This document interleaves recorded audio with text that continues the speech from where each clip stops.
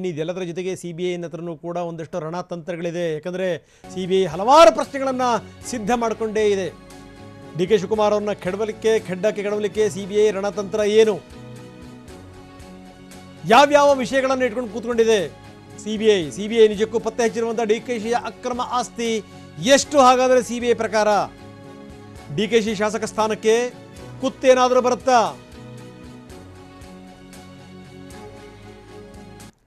ಸುಮ್ಮನೆ ಈ ರೇಡ್ ಅನ್ನುವಂಥದ್ದು ಸುಮ್ಮನೆ ಆಗುವಂಥದ್ದಲ್ಲ. ಸಾಕಷ್ಟು ಸಂಗತಿಗಳನ್ನು ಇಟ್ಟುಕೊಂಡೇನೆ ಸಿಬಿಐ ಕಾರ್ಯಾಚರಣೆಗೆ ಇಳಿದಿರುತ್ತೆ.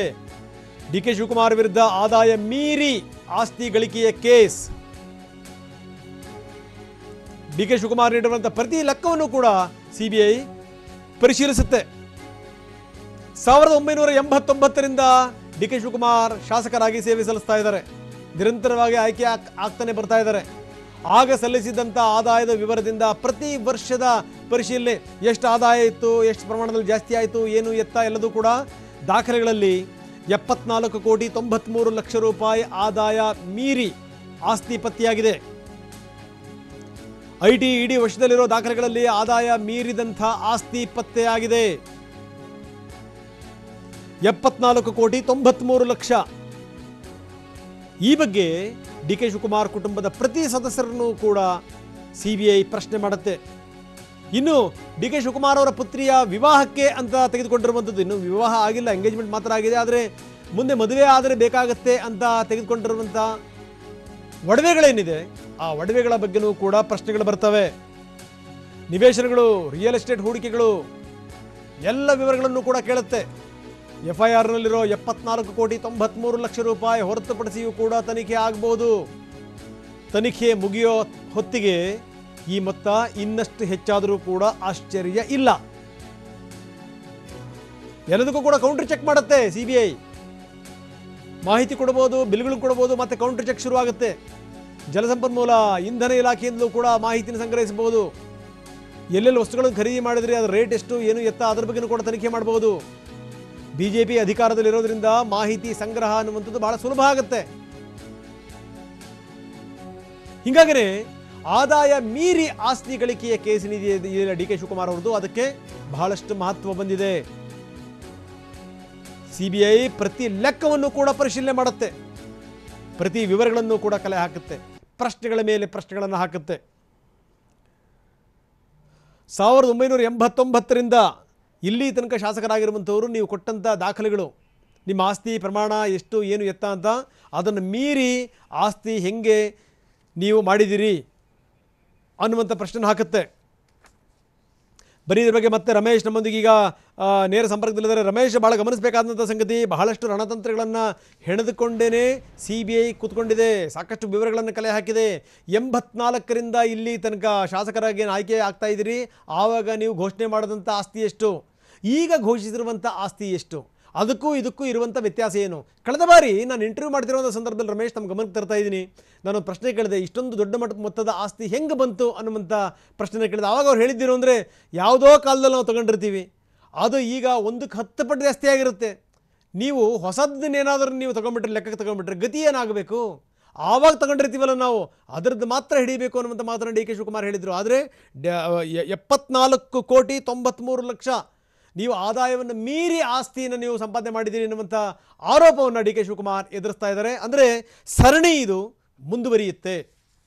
ಖಂಡಿತ ರಂಗನಾಥ್, ಯಾಕೆಂದರೆ ಈಗ ಇವರು ಏನೇ ಹೇಳಿದ್ರು ಕೂಡ, ಅಂದರೆ ಈಗ ಯಾವುದೋ ಒಂದು ಆಸ್ತಿನ ನಾನು ಆಗ ಖರೀದಿ ಮಾಡಿದಾಗ ಅಷ್ಟು ಬೆಲೆ ಇತ್ತು ಅಂತ ಹೇಳಿದ್ರು ಕೂಡ, ಈಗೇನು ಸಿಬಿಐ ಇವತ್ತಿನ ವ್ಯಾಲ್ಯೂ ಏನು ಅವ್ರು ಲೆಕ್ಕಾಚಾರ ಮಾಡೋದಿಲ್ಲ, ಇವತ್ತಿನ ಮಾರುಕಟ್ಟೆ ಮೌಲ್ಯವನ್ನು ಅವ್ರು ಲೆಕ್ಕಾಚಾರ ಮಾಡೋದಿಲ್ಲ. ಬದಲಾಗಿ ಆಗ ಅವ್ರು ಹೇಳ್ತಿರುವಂಥ ವ್ಯಾಲ್ಯೂ ಸರಿ ಇದೆಯಾ, ಅಂದರೆ ಆಗ ಗೈಡೆನ್ಸ್ ವ್ಯಾಲ್ಯೂ, ಆಗಿನ ಮಾರ್ಕೆಟ್ ವ್ಯಾಲ್ಯೂ, ಇದನ್ನೆಲ್ಲವನ್ನು ಕೂಡ ಪರಿಶೀಲನೆ ಮಾಡ್ತಾರೆ. ಮತ್ತು ಆ ಸಂದರ್ಭದಲ್ಲಿ ಈಗ ರಿಜಿಸ್ಟ್ರೇಷನ್ ಒಂದು ಪ್ರಾಪರ್ಟಿ 2013 ಆಗಿದೆ ಅಂತಂದರೆ, 2013 ಅದೇ ಜಾಗದಲ್ಲಿ ಬೇರೆ ಬೇರೆ ಆಸ್ತಿಗಳು ಕೂಡ ರಿಜಿಸ್ಟ್ರೇಷನ್ ಆಗಿರುತ್ತೆ.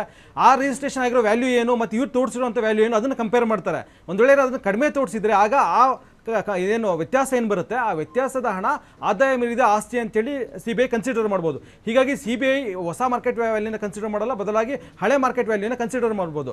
ಜೊತೆಗೆ ಡಿ ಕೆ ಶಿವಕುಮಾರ್ ಅವರು ಎಲ್ಲೆಲ್ಲಿ ಆ ಅವಧಿಯಲ್ಲಿ ಸಚಿವರಾಗಿ ಕೆಲಸ ಮಾಡಿದರೆ, ಉದಾಹರಣೆಗೆ ಇಂಧನ ಇಲಾಖೆಯಲ್ಲಿ ಅವರು ಕೆಲಸ ಮಾಡಿದರೆ ಅಲ್ಲಿ ಏನೇನು ಟ್ರಾನ್ಸಾಕ್ಷನ್ ಆಗಿದೆ, ಮತ್ತು ಈಗ ಡಿ ಕೆ ಶಿವಕುಮಾರ್ ಅವರು ಲೋಕಾಯುಕ್ತ ಮತ್ತು IT ಗೆ ಮತ್ತು ಇತರೆ ಇಲಾಖೆಗಳಿಗೆ ಏನು ಅವರು ತಮ್ಮ ಆಸ್ತಿ ವಿವರವನ್ನು ಸಲ್ಲಿಸಿದ್ದಾರೆ, ಚುನಾವಣಾ ಆಯೋಗಕ್ಕೂ ಕೂಡ ಅವರು ಆಸ್ತಿ ವಿವರವನ್ನು ಸಲ್ಲಿಸಿದ್ದಾರೆ. ಆ ಚುನಾವಣಾ ಆಯೋಗದ ಆಸ್ತಿ ವಿವರವನ್ನು ನೋಡಿದ್ರೇ ಸಾವಿರಾರು ಪ್ರಶ್ನೆಗಳು ಉದ್ಭವ ಆಗುತ್ತೆ. ಯಾಕೆಂದರೆ ಅವರು ಸಾಕಷ್ಟು ಹೂಡಿಕೆಗಳನ್ನ ಮಾಡಿದ್ದಾರೆ. 10,000 ಕಂಪನಿಗಳಲ್ಲಿ ಅವ್ರದ್ದು ಇನ್ವೆಸ್ಟ್ಮೆಂಟ್ಸ್ ಇದೆ, ರಿಯಲ್ ಎಸ್ಟೇಟ್ ಕಂಪನಿಗಳಲ್ಲಿ ಇನ್ವೆಸ್ಟ್ಮೆಂಟ್ಸ್ ಇದೆ, ನಿವೇಶನಗಳನ್ನ ಖರೀದಿ ಮಾಡಿದ್ದಾರೆ, ಮತ್ತು ಬೇರೆ ಬೇರೆಯವರಿಗೆ ಸಾಲವನ್ನು ಕೊಟ್ಟಿದ್ದಾರೆ, ಕೆಲವರಿಂದ ಸಾಲವನ್ನು ಪಡ್ಕೊಂಡಿದ್ದಾರೆ. ಹೀಗಾಗಿ CBI ಈಗ ಅವರೆಲ್ಲರ ಒಂದು ಇನ್ವೆಸ್ಟಿಗೇಷನ್ ಮಾಡುವಂಥ ಸಾಧ್ಯತೆ ಇದೆ. ಅವರ ಹೂಡಿಕೆಗಳ ಬಗ್ಗೆ, ಎಲ್ಲ ಕಂಪನಿಗಳ ಬಗ್ಗೆ ಇನ್ವೆಸ್ಟಿಗೇಷನ್ ಮಾಡುವಂಥ ಸಾಧ್ಯತೆ ಇದೆ. ಜೊತೆಗೆ ಏನು ಪುತ್ರಿ ಮದುವೆ ಮತ್ತು ಅದಕ್ಕೆ ಉಡುಗೊರೆ ಏನೇನು ಖರೀದಿ ಮಾಡಿದ್ದಾರೆ, ಅವ್ರಿಗೆ ಏನು ಉಡುಗೊರೆ ಬಂದಿದೆ, ಇದೆಲ್ಲವನ್ನು ಕೂಡ ವೆರಿಫೈ ಮಾಡುವಂಥ ಸಾಧ್ಯತೆ ಇದೆ. ಜೊತೆಗೆ ಅವ್ರ ಮನೆಯಲ್ಲಿ ಏನೇನು ವಸ್ತುಗಳು ಸೀಸ್ ಆಗುತ್ತೆ, ಅದೇನಾದರೂ ಅವ್ರು ಏನಾದರೂ ಒಂದು ವೇಳೆ ಇದು ಉಡುಗೊರೆ ಬಂದಿದ್ದು ಅಂತ ಏನಾದರೂ ಹೇಳಿದ್ರೆ, ಆ ಉಡುಗೊರೆ ಏನಕ್ಕೆ ಬಂದಿದ್ದು, ಯಾರು ಕೊಟ್ಟಿದ್ದು, ಒಂದು ವೇಳೆ ಅದೇನಾದರೂ ಗಿಫ್ಟಾ ಅಥವಾ ಅದೇನು ಬ್ರೈಬಾ ಇತ್ಯಾದಿಗಳನ್ನು ಕೂಡ ಇನ್ವೆಸ್ಟಿಗೇಷನ್ ಮಾಡೋ ಅಧಿಕಾರ CBIಗೆ ಇರುತ್ತೆ. ಹೀಗಾಗಿ ಒಂದು ವೇಳೆ ಈಗಾಗಲೇ ಅವರು 74 ಕೋಟಿಯಿಂದ ಇನ್ವೆಸ್ಟಿಗೇಷನ್ ಶುರು ಮಾಡಿದ್ದಾರೆ. ಈಗಾಗಲೇ DK ಶಿವಕುಮಾರ್ ಅವರ ಹತ್ರ 74 ಕೋಟಿ ಆದಾಯ ಮೀರಿ ಆಸ್ತಿ ಗಳಿಕೆ ಮಾಡಿದ್ದಾರೆ ಅನ್ನುವಂಥ ಏನು ಆರೋಪ ಇಟ್ಕೊಂಡೇನೆ ಅವರು ಇನ್ವೆಸ್ಟಿಗೇಷನ್ ಶುರು ಮಾಡಿದ್ದಾರೆ. ಈ ಹಣ ಏನಿದೆ ಅದು ಮುಂದಿನ ದಿನಗಳಲ್ಲಿ ಇನ್ವೆಸ್ಟಿಗೇಷನ್ ಆಗ್ತಾ ಅದು ಇನ್ನೂ ಜಾಸ್ತಿನೂ ಆಗ್ಬೋದು. ಹೀಗಾಗಿ ಅಂತಿಮವಾಗಿ ಆರೋಪ ಪಟ್ಟಿ ಸಲ್ಲಿಸೋ ಹಂತದಲ್ಲಿ ಇನ್ನೊಂದು 6 ತಿಂಗಳು ವರ್ಷದ ಒಳಗಡೆ ಆರೋಪ ಪಟ್ಟಿಯನ್ನು ಸಲ್ಲಿಸ್ತಾರೆ. ಅಷ್ಟರಲ್ಲಿ ಈ ಹಣದ ವ್ಯಾಪ್ತಿ ಇನ್ನಷ್ಟು ವಿಸ್ತಾರ ಆಗ್ಬೋದು ಮತ್ತು DK ಶಿವಕುಮಾರ್ ಅವರಿಗೆ ಇನ್ನಷ್ಟು ಸಂಕಷ್ಟಗಳು ಕೂಡ ಎದುರಾಗಬಹುದು.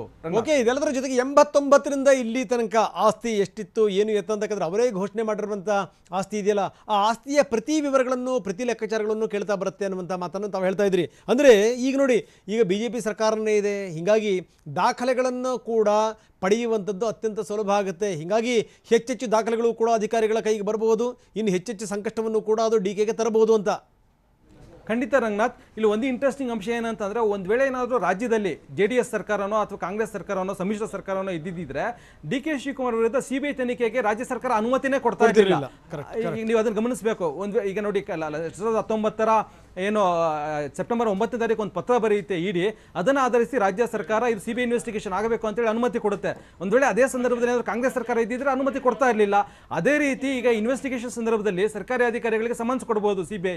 ಅಂಥ ಸಂದರ್ಭದಲ್ಲಿ ಸರ್ಕಾರ ಅದನ್ನು ವಿರೋಧಿಸಬಹುದಿತ್ತು ಬೇರೆ ಸರ್ಕಾರ ಇದ್ದಿದ್ರೆ, ಅಥವಾ ಮಾಹಿತಿಗಳನ್ನ ಕೊಡೋದಕ್ಕೂ ಕೂಡ ಹಿಂಜರಿಬಹುದಿತ್ತು, ಕೆಲವೊಂದು ಮಾಹಿತಿಗಳನ್ನ ಕೊಡದೇನೂ ಇರ್ಬೋದಿತ್ತು. ಆದರೆ ಈಗ ಸರ್ಕಾರನೇ BJP ಇರೋದ್ರಿಂದ CBIಗೆ ಎಲ್ಲ ರೀತಿಯಾದಂಥ ಮಾಹಿತಿ ರವಾನೆ ಆಗುವಂಥ ಸಾಧ್ಯತೆಗಳಿರುತ್ತೆ. ಆ ಸಂದರ್ಭದಲ್ಲಿ ಇನ್ವೆಸ್ಟಿಗೇಷನ್ ಇನ್ನೂ ಆಳವಾಗಿ ಹೋಗುತ್ತೆ, ಇನ್ವೆಸ್ಟಿಗೇಷನ್ ಇನ್ನೂ ಪರಿಣಾಮಕಾರಿಯಾಗಿರುತ್ತೆ.